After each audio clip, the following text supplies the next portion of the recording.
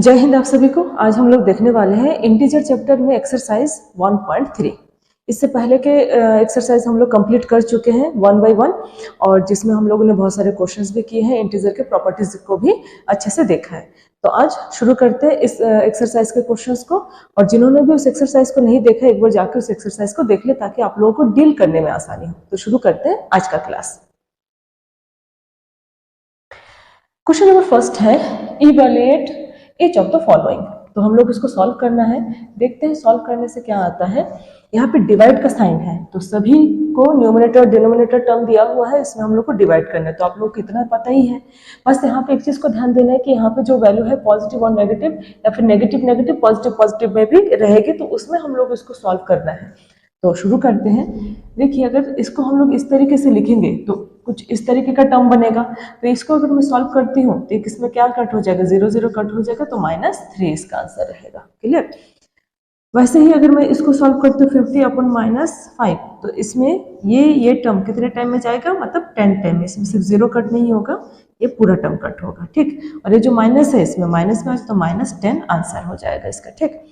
मतलब 5 10 50 और माइनस का माइनस हो जाएगा। ठीक। यहाँ पे एक चीज है, अगर यहाँ पे एक क्वेश्चन भी आ सकता है कि माइनस तो यहाँ पे नीचे है तो ऊपर कैसे आ गया, तो इसको हम लोग एक तरीके से चेंज कर सकते हैं कि ऊपर और नीचे हम लोग माइनस का अगर मल्टीपल करेंगे तो ये माइनस प्लस माइनस हो जाएगा और माइनस माइनस प्लस, तो नीचे की वैल्यू प्लस में चेंज हो गया और ऊपर की वैल्यू सॉल्व हो गया। ठीक। तो इस तरीके से जब नीचे माइनस रहता है उसको हम लोग ऊपर ले लेते हैं, एक्चुअल में ऊपर नहीं जाता, उसमें हम लोग ऊपर और नीचे जो है माइनस का मल्टीपल करते हैं। अब इसमें देख लेते हैं क्या हो जाएगा, -36 divided by -9, minus minus cancel, 9 1 9, 9 4 36, तो इसका वैल्यू क्या हो जाएगा 4, वो भी पॉजिटिव में क्योंकि माइनस माइनस कैंसिल हो गया है। बी नंबर -49 डिवाइडेड बाई 49, 49 अपने में कट गया तो -1 इसका आंसर। अब देखते हैं इसमें क्या हो जाएगा। अब इसको सॉल्व कर लेते हैं। एक स्टेप अगर आप लोग इसमें ऐसा सॉल्व कर लोगे, -2 + 2, इसको सॉल्व करेंगे तो क्या आ जाएगा -1, और इसको अगर हम लोग लिखेंगे तो -13 ही लिखना पड़ेगा। ठीक। ये भी डिवाइड में रह गया तो ऊपर आ जाएगा इसका माइनस। अब 0 के साथ कोई भी नंबर को अगर डिवाइड में रखते हैं तो हमेशा उसका रिजल्ट क्या होता है, 0। इतना याद रखना है कि अगर 0 के साथ कोई भी नंबर रहता है तो वो हो जाएगा 0, और अगर कोई भी नंबर को अगर हम लोग 0 के साथ डिवाइड करते तो वो हो जाएगा इनफाइनाइट। ठीक। तो ये दोनों में थोड़ा सा फर्क है, इसको आप लोग को ध्यान रखना है। अब आ जाते हैं जी नंबर। तो जी नंबर में सॉल्व करते हैं -31, इसको अगर हम लोग सॉल्व करेंगे तो क्या हो जाएगा, प्लस माइनस -1, तो माइनस माइनस प्लस हो जाएगा, तो ये हो जाएगा -31, और -31 दोनों में कट के क्या हो जाएगा, ये +1, क्योंकि दोनों डिवाइड में सेम नंबर है। अब इसको अगर सॉल्व करना है तो पहले हम लोग को जो डिवाइड वाला टर्म है उसको सॉल्व करना है पड़ेगा। तो अगर इन दोनों को सॉल्व करेंगे तो माइनस में 12 1 12, 12 3 36, डिवाइड का साइन हो जाएगा। तो और इसको अगर सॉल्व करेंगे तो -1, 3 3 कैंसिल हो जाएगा और ऊपर क्या बचेगा -1। आई नंबर, इस ब्रैकेट टर्म को सॉल्व कर लीजिए तो -6 और +5, इसको सॉल्व करेंगे तो आ जाएगा -1 डिवाइडेड बाई, अब इसको सॉल्व करेंगे तो आ जाएगा -1। अब इन दोनों को सॉल्व करेंगे तो -1 हो जाएगा क्योंकि -2 और +1, -2 + 1 सॉल्व करने से क्या हो जाएगा -1, तो ही -1 हम लोग यहाँ पे लिखे। अगर आप लोगों को डायरेक्ट सॉल्व करने में दिक्कत होता है तो रफ में आप लोग थोड़ा सा करके देखिए, आसान हो जाएगा। उसके बाद क्या हो जाएगा, माइनस माइनस कैंसिल, 1 1 कैंसिल, मतलब सिर्फ +1। तो बहुत इजी है, कुछ टफ नहीं है, बस आप लोग को पता होना है कि इंटीजर वैल्यू में किस तरीके से प्लस माइनस को सॉल्व किया जाता है, बाकी एज इट इज हो जाएगा। आगे देखते हैं। अब देखते हैं question number 2, verify that a divided by in bracket b plus c is not equal to a divided by b plus a divided by c for each of the following values of a, b, and c। यहाँ पे questions ए और B में हम लोग को A B C की value दी हुई है, तो हम लोग को बारी बारी से लेफ्ट हैंड साइड और राइट हैंड साइड में वैल्यू को रखना है और ये बताना है कि लेफ्ट हैंड साइड और राइट हैंड साइड इक्वल नहीं है। अगर हम लोग ए बी और सी की वैल्यू को इस कंडीशन में रखते हैं, सॉल्व करते हैं, तो दोनों साइड को कंपेयर करने के बाद अपने को मिलना चाहिए कि ये जो है इक्वल नहीं है। तो शुरू करते हैं हम लोग एक एक करके। पहले मैं इसके लेफ्ट साइड के कंडीशन को लिख सकते हो, लेफ्ट हैंड साइड। ठीक। लेफ्ट हैंड साइड में क्या है, A divided by B plus सी, ऐसा कंडीशन है तो पहले हम लोग इसको सॉल्व कर लेते हैं। ए की वैल्यू क्या है यहाँ पे, ए की वैल्यू है 12 डिवाइडेड बाई बी की वैल्यू यहाँ पे हो जाएगा -4 प्लस सी की वैल्यू 2। अगर इसको हम लोग सॉल्व करेंगे तो क्या हो जाएगा 12, इन दोनों को अगर सॉल्व करेंगे तो आ जाएगा अपने पास -2। अब इसको सॉल्व कीजिए, तो इसको सॉल्व करने के बाद मैं यहाँ पे लिख लेती हूँ ताकि अपना दोनों मैथ्स यहाँ पे एडजस्ट हो जाए। चलो नीचे लिख देती हूँ, क्या हो जाएगा, इसको डिवाइड करेंगे तो आ जाएगा 6 और माइनस है तो ये हो जाएगा माइनस।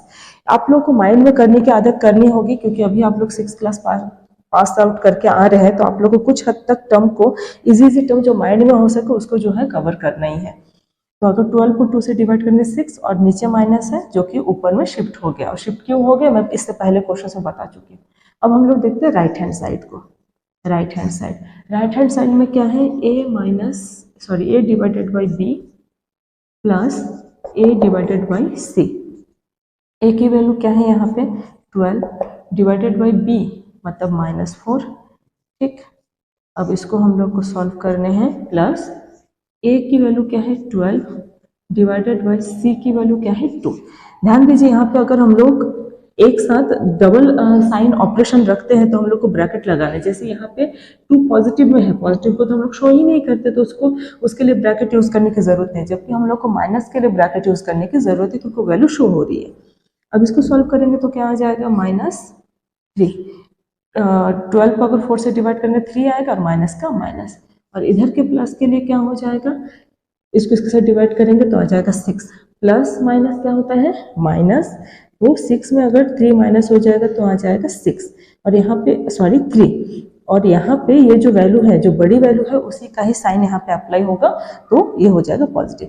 तो देखिए हम लोग यहाँ पे क्या लिख सकते हैं, यहाँ पे हम लोग लिख सकते हैं क्योंकि लेफ्ट हैंड साइड और राइट हैंड साइड की वैल्यू क्या है नॉट इक्वल है, तो left hand side is not equal to right hand side, यही रहा इसका टर्म। और यहाँ पे वेरीफाई करने के लिए बोला गया तो हम लोग यहाँ पे लिखेंगे प्रूव्ड, हम लोग प्रूव्ड करके दिखा दिए हैं कि ये जो है इक्वल नहीं है। अब सेम कॉन्सेप्ट हम लोग यहाँ पे अप्लाई करेंगे, तो यहाँ पे भी ले लेते हैं a divided by b plus C. अगर इसकी वैल्यू लेंगे तो क्या हो जाएगा, a की वैल्यू क्या है यहाँ पे -10 है डिवाइडेड बाई, अब डिवाइडेड बाई क्या हो जाएगा b की वैल्यू क्या है 1 प्लस c की वैल्यू क्या है 1। अब इसको सॉल्व कर लेते तो -10 प्लस डिवाइडेड बाई 2 प्लस 1 क्या हो जाएगा 2। अब इसको सॉल्व कीजिए तो क्या आ जाएगा यहाँ पे 5 2 10 माइनस का माइनस। अभी हम लोग लिए हैं यहाँ पे लेफ्ट हैंड साइड को, अब यहाँ पे ले लेते हैं right hand side. Right hand side क्या है देखिए, तो राइट हैंड साइड यहाँ पे है a divided by be in bracket a divided by c जिसको प्लस करना है। तो अब a की वैल्यू क्या है यहाँ पे, a की वैल्यू है -10, इसको डिवाइड करेंगे b की वैल्यू क्या है 1 के साथ, ठीक। तो यहाँ पे सेकंड ब्रैकेट अप्लाई कर लेते तो प्लस a की वैल्यू यहाँ पे है -10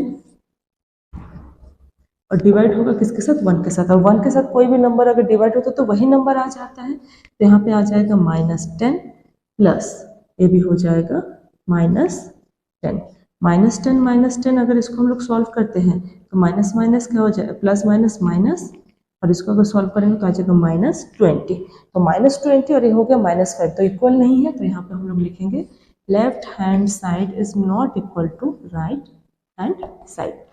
यहाँ पे वैल्यू के बस हेर फेर को अपने को समझना है कि किस तरीके से प्लस माइनस एडजस्ट हो रहे हैं, ठीक। हम लोग चाहे तो इसको एक साथ भी ले सकते हैं, चाहे तो हम लोग इसको 2 पार्ट में भी ले सकते हैं। ओवरऑल अपने को ये दिखाना है कि दोनों जो है इक्वल नहीं है। क्लियर, आगे देखते हैं। अब देखते हैं question number 3, fill in the blanks. वही क्वेश्चन है, बस घुमा घुमा के दिया है, बस यहाँ पे आपको समझना है कि लेफ्ट हैंड साइड में क्या होना चाहिए कि राइट हैंड साइड की वैल्यू आ जाए। देखिए यहाँ पे है 369 को किसके साथ डिवाइड करें कि वही नंबर आए, तो अपने को पता है अगर नंबर चेंज नहीं होना है तो उसके लिए क्या लेना पड़ेगा अपने को 1, तो 1 ही वो नंबर है जिसको डिवाइड करने से वही नंबर रहेगा, चेंज नहीं होगा। -75 किससे डिवाइड करें कि -1 आए, तो माइनस तो 1 है और 1 आने के लिए वही नंबर को डिवाइड कीजिए ताकि वो कट जाए और क्या आ जाए 1 आ जाए। अब यहाँ पे 1 चाहिए। अगर यहाँ पे 1 लाना है, आंसर जो भी हो डिवाइड में उसी का ही टर्म ले लेते हैं, तो इजीली जो चीज को पूरी तरीके से वो कैंसिल कर देगा और 1 रिप्रेजेंट करेगा।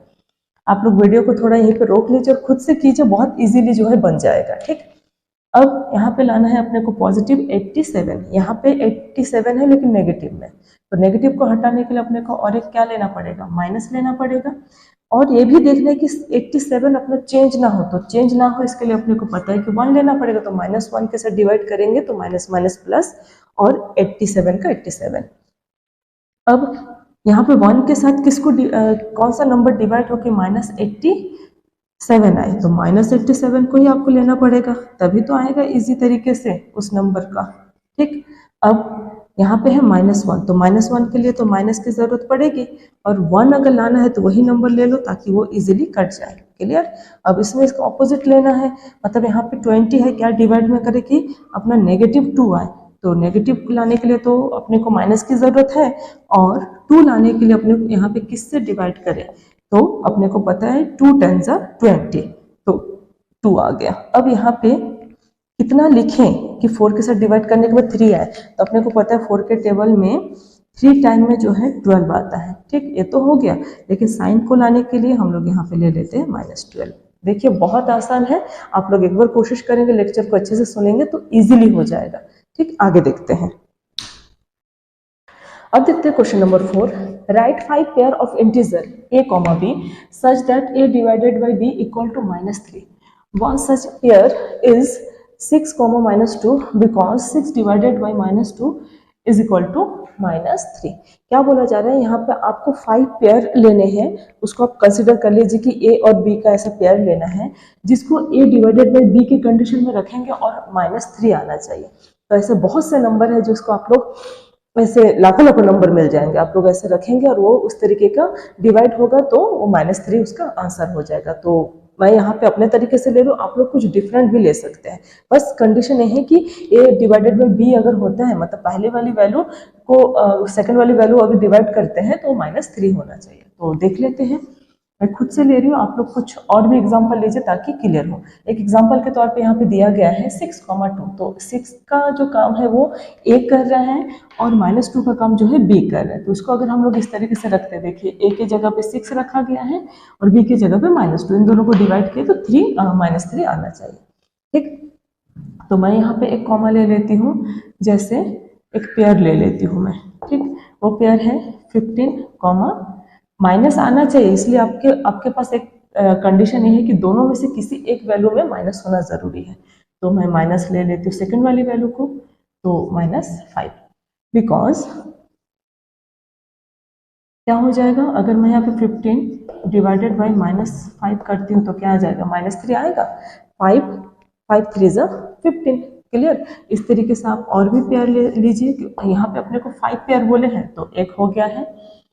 दूसरा पेयर ले लेती हूँ मैं यहाँ पे 9 -9 ले लेती हूँ, -9 और 3, तो यहाँ पे क्या हो जाएगा, इसको मुझे दिखाना पड़ेगा। ठीक, क्या हो जाएगा, -9 divided by 3 is equal to -3। इसी तरीके से आप डिफरेंट पेयर को लेते जाओ और कंपेयर करते जाओ ताकि आपसे इजीली बन जाए। ठीक, क्या हो जाएगा यहाँ पे, because -18 divided by 6 is equal to -3। Clear, क्योंकि 6 के टेबल में 3 टाइम में 18 आता है। और एक पेयर ले लेते हैं, अपने को 5 पेयर तक लेते जाना है, इस तरीके से आप और लेते जाइए। यहाँ पे आप 12 ले लीजिए, -12 और 4, क्योंकि 4 के टेबल में 3 टाइम में क्या आता है, 12 आता है, तो इसको क्या लिखेंगे, because -12 divided by 4 is equal to -13। कितना हो गया, 1 2 3 4। तो और एक पेयर लेना है, तो आप लोग खुद से सोचिए और क्या ले सकते हैं। मैं यहाँ पे डिफरेंट और एक पेयर ले लेती हूँ, यहाँ पे कुछ 30, -10। ठीक, इसमें अगर मैं इसको सॉल्व करती हूँ 30 डिवाइडेड बाई -10 तो क्या आ जाएगा, -3, 0 0 कैंसिल है, फिर 3 10 30। क्लियर। तो इस तरीके से आप लोग और भी बहुत सारे टर्म है जिसको यहाँ पे ले सकते हैं। तो इसके लिए मैं लास्ट में एक सेंटेंस लिख देती हूँ ताकि कंपेयर हो जाए कि मतलब कंडीशन सेटिस्फाई हो जाए कि इसके अलावा आप लोग और भी वैल्यू ले सकते हैं, जरूरी नहीं कि आपको यही लेना है। तो हम लोग नीचे लिख सकते हैं there could be many such pair। ठीक, there could be many such pair। अब आगे देखते हैं।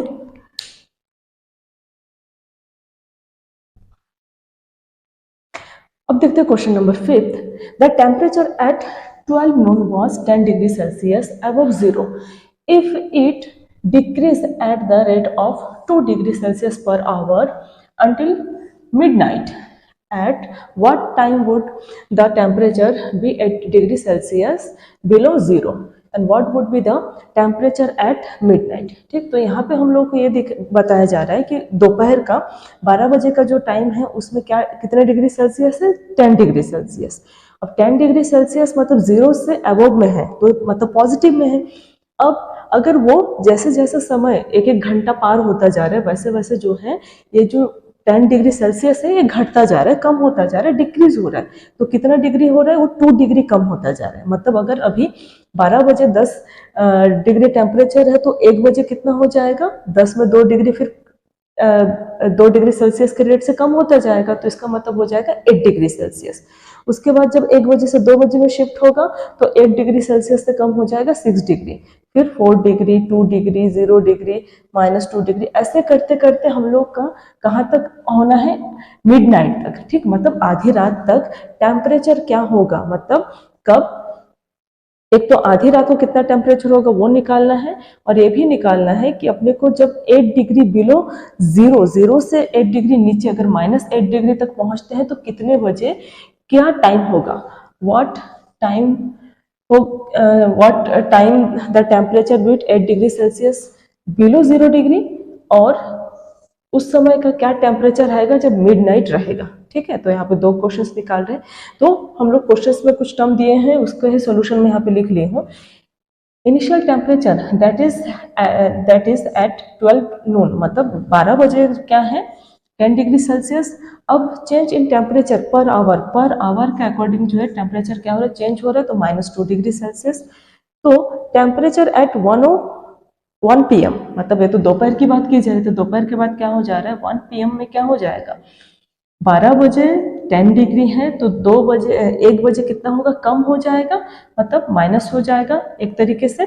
तो क्योंकि माइनस में है वैल्यू तो प्लस माइनस -8 डिग्री। आप लोग इसको समझ के 8 डिग्री भी लिख सकते हैं, और अगर कंफ्यूजन हो रहा है कि प्लस हो गया फिर माइनस हो गया, इसका कैलकुलेशन दिक्कत हो रहा है, तो सिंपल सी बात है कि टेम्परेचर घटे या बढ़े, ओवरऑल क्या हो रहा है उसके साथ वो ऐड होता ही जा रहा है। तो प्लस होके ऐड हो या माइनस होके ऐड हो, ओवरऑल रिजल्ट वही आएगा। ठीक, अब इसी चीज को मैं कंटिन्यू लिखते जाऊंगी। ठीक, आप लोग इस चीज को जो है कंटिन्यू लिखिए एट 2 o'clock, ठीक, या फिर 2 PM। 2 PM कितना हो जाएगा, इसमें फिर 8 डिग्री सेल्सियस में 2 डिग्री माइनस हो जाएगा तो क्या हो जाएगा 6 डिग्री सेल्सियस। इस तरीके से अगर मैं यहाँ पे अब पूरा ना लिख के यहाँ पे सिर्फ लिख लेती हूँ 3 PM अगर होगा तो यहाँ पे फिर 2 माइनस हो जाएगा, कितना आ जाएगा यहाँ पे 4 डिग्री सेल्सियस। अब अगर 4 PM होगा तो यहाँ पे हो जाएगा 2 डिग्री सेल्सियस। 5 PM अगर होता है तो यहाँ पे क्या हो जाएगा 0 डिग्री सेल्सियस। यहाँ पे ध्यान देना है कि 0 डिग्री बिलो बोला गया, मतलब माइनस में। तो अब ये हो जाएगा 6 PM, तो यहाँ पे हो जाएगा -2 डिग्री सेल्सियस। फिर 7 PM तो ये हो जाएगा -4 डिग्री सेल्सियस। उसके बाद हो जाएगा 8 PM तो ये हो जाएगा -6 डिग्री सेल्सियस। अब इस तरीके से अगर मैं यहाँ पे 9 PM तक पहुँचती हूँ तो ये हो जाएगा -8 डिग्री सेल्सियस। क्लियर, आप लोग को समझ में आ रहा है। 8 डिग्री सेल्सियस ये पूरा लाइन जो है एक ही साथ सेम टू सेम चलता जाएगा, आप लोग को इसको लिखते जाने हैं। तो अगर मैं जैसे जैसे डिक्रीज होती जाएगा मेरा यहाँ पे 1 आवर 2 आवर करके एक एक घंटा, तो 2 डिग्री सेल्सियस जो है यहाँ पे डिक्रीज होती जाएगी। इसका मतलब जब हम लोग 8 डिग्री -8 डिग्री सेल्सियस में पहुंचेंगे तब अपना क्या टाइम होगा, 9 बज रहा होगा। तो ये एक क्वेश्चन हो गया इसका। ठीक, क्वेश्चन का आंसर हो गया, जहाँ पे 8 डिग्री अगर माइनस में होता है तो कितना बचेगा 9। अब अगर आप लोग ध्यान दीजिए, अगर मैं इसी को कंटिन्यू लेती हूँ 9 के बाद अब अगर आता है 10, उसके बाद 11, उसके बाद 12, क्योंकि यहाँ पे बोला गया है मिडनाइट। ठीक, अगर मिडनाइट तक कंप्लीट करते हैं तो मिडनाइट में कंप्लीट हो जाएगा, तो यही चीज़ कितना हो जाएगा, मैं बाकी आपका टेम्परेचर कंटिन्यू वैसा ही लिखना है, तो इसके नीचे आप लोग इसको लिख लीजिएगा। तो 10 डिग्री, अगर 10 डिग्री नहीं पीएम होता है तो यहाँ पे कितना हो जाएगा फिर 10 माइनस 10 डिग्री सेल्सियस। 11 पीएम में हो जाएगा माइनस 12 डिग्री सेल्सियस। और 12 इसको मैं मिडनाइट लिख लेती हूँ। 12 अगर मिडनाइट में होगा तो कितना हो जाएगा -14 डिग्री सेल्सियस। क्लियर, तो ये हो गया है इसका सॉल्यूशन। अब इसके लास्ट के आंसर को मैं इसके बाद आप लोग को लिख के दिखाती हूँ ताकि आप लोग के लिए आसानी हो जाए, इस बोर्ड में जगह नहीं बन रहा है तो इसके नीचे आप लोग उसको लिखेंगे तो वो रहेगा। अब नीचे आप लोग लिख लेंगे therefore the temperature will be 8 degree Celsius below zero at 9 p.m.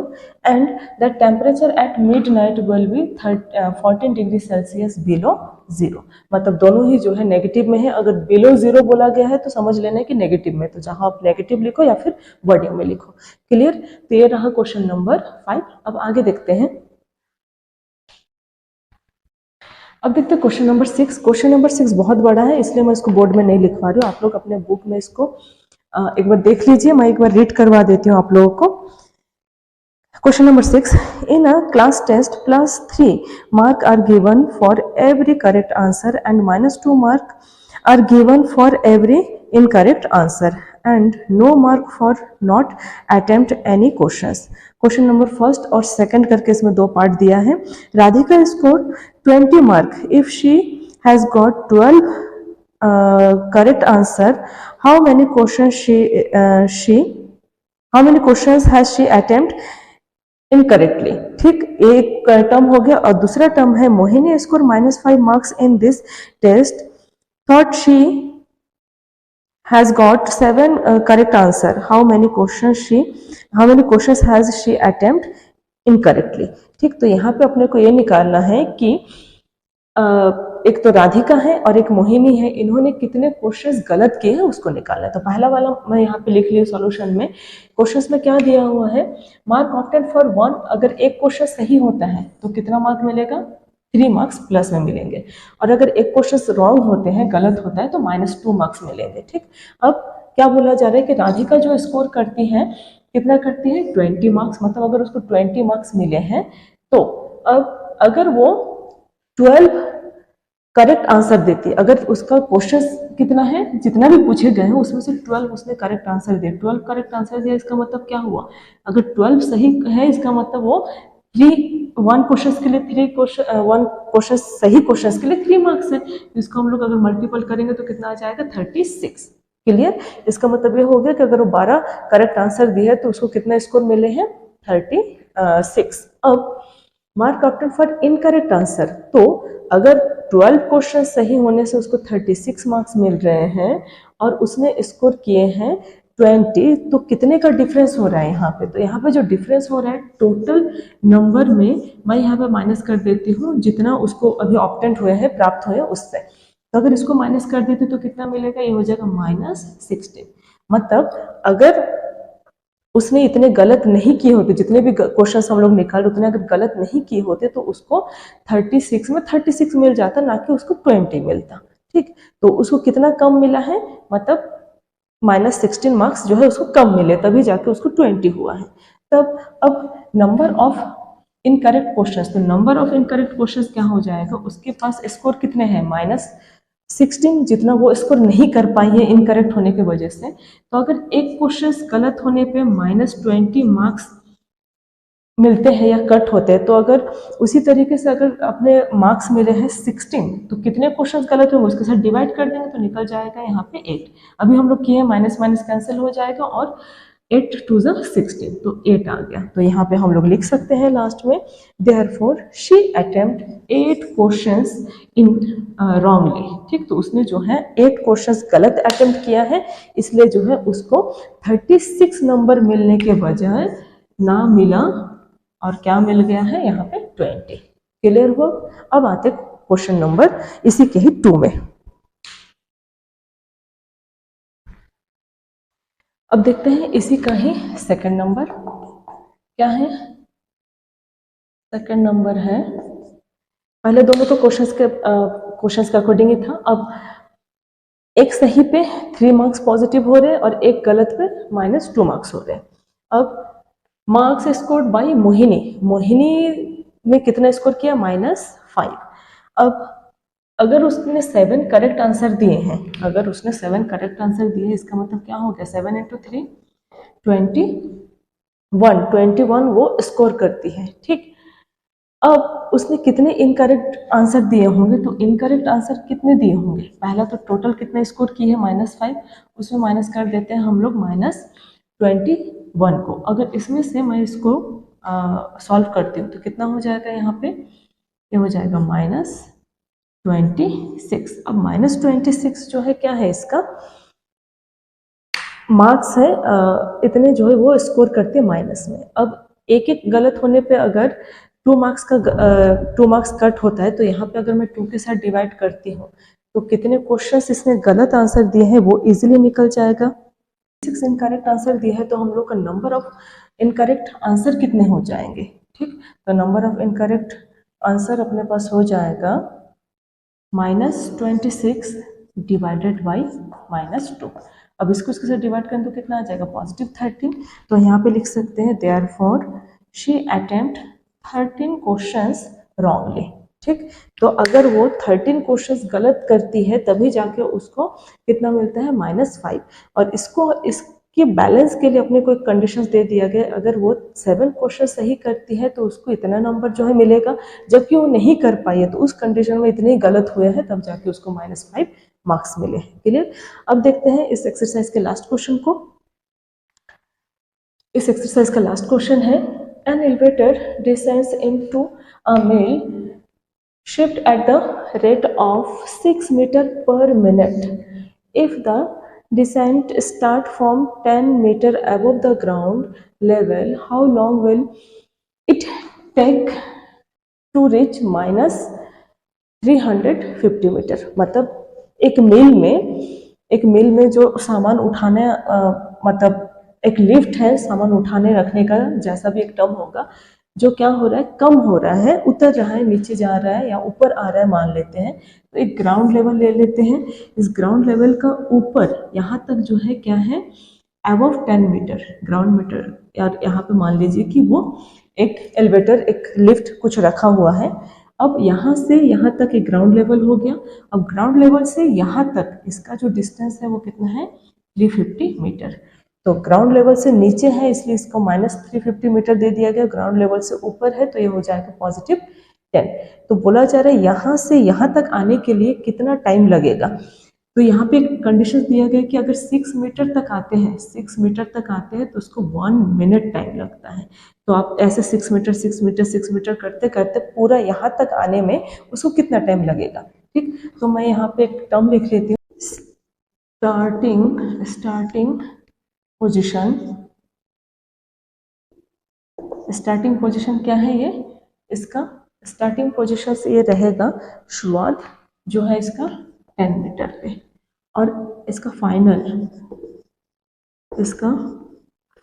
Position क्या है, फाइनल पोजीशन हो जा रहा है 350 ग्राउंड लेवल तक। ठीक, तो इसका टोटल डिस्टेंस कितना हो जाएगा,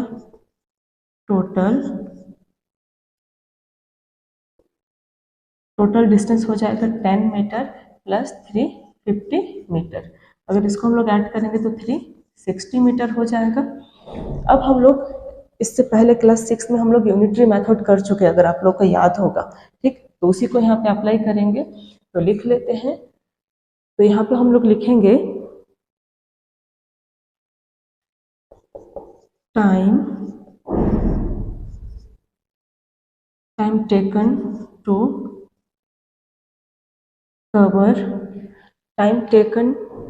टू कवर, कितना टाइम ले रहा है, 6 मीटर को कवर करने के लिए 1 मिनट टाइम ले रहा है। ठीक है, तो अपने को इतना मीटर कवर करना है, तो उससे पहले हम लोग लिख लेते हैं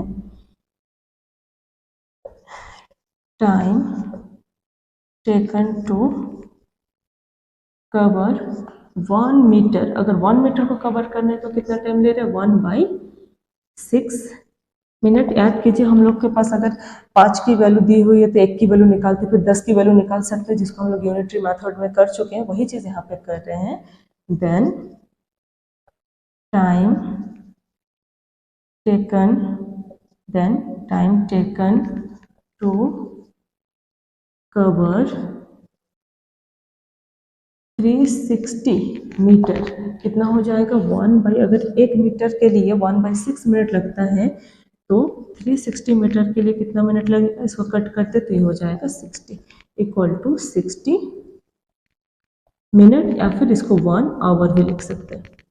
ठीक, तो ये रहा इसका आंसर। तो ये जो लिफ्ट है ये यहाँ से यहाँ तक पहुँचने में अपने को कितना टाइम लगेगा, 60 मिनट, या यूँ कहें 1 घंटा लगेगा। तो ये रहा अपना एक्सरसाइज 1.3 जो चैप्टर है इंटीजर से रिलेटेड कुछ क्वेश्चंस हम लोग न्यू बुक एनसीईआरटी का फॉलो कर रहे हैं। तो आज अपना खत्म होता है इंटीजर, इसके बाद हम लोग शुरू करेंगे सेकंड चैप्टर को। तब तक आप लोग प्रैक्टिस करते रहिए, डाउट है तो कमेंट कीजिए। तब तक के लिए अपना ध्यान रखिए। जय हिंद।